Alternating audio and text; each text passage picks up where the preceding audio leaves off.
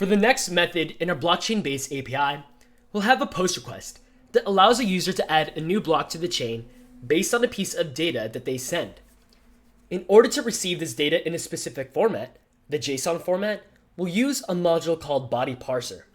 Body Parser is a module that has a middleware function that allows us to receive JSON data within post requests in our Express application from the users who create those post requests. Middleware, in terms of an Express application, acts like an intermediary function that either transforms outgoing data into another format or it transforms incoming data. So let's install Body Parser in the command line with npm I body-parser and then use the save flag. All right, since that's installing, let's go ahead and open up the code editor. So make sure you run npm I body-parser save. And then in the code edited now, go to the index.js file for the application directory. First off, let's access the body parser module right after express. So const body parser, and notice this time there's no dash when we require it and set it to a constant. But in the actual requirement, we do use the name of it with the dash, body parser. And this is to distinguish the actual object that we'll be using from the module that we're using. And now to use the body parser JSON middleware function, we use the aptly named app.use function. So after const app equals express, over here, let's use the app.use function, and then we'll apply the JSON middleware function from the body parser. So we'll use body parser and then use its JSON middleware function. And this allows us to receive JSON within post requests now. Great. So now let's create our first post request method. We'll do that with app.post.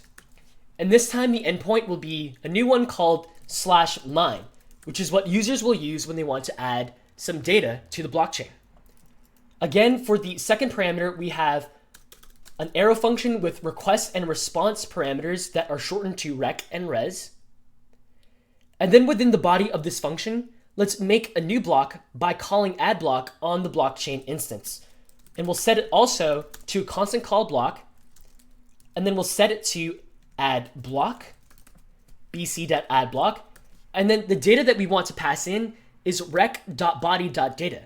Because when users make a post request to this endpoint, automatically Express will create a body object for this request.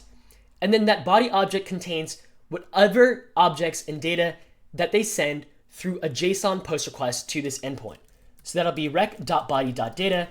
And we'll assume that when a user uses this mine endpoint, that there's going to be a data field present within the body object.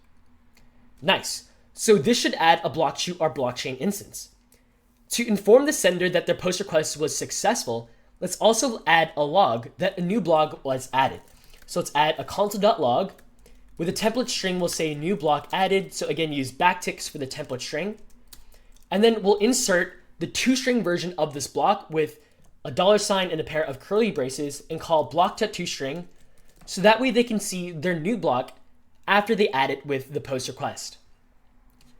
Now, before we complete this post request, it would also be nice to come up with a response for this post request as well. So how about responding back with the updated chain of blocks that includes the user's new block within the data? So luckily, we already have a blocks endpoint.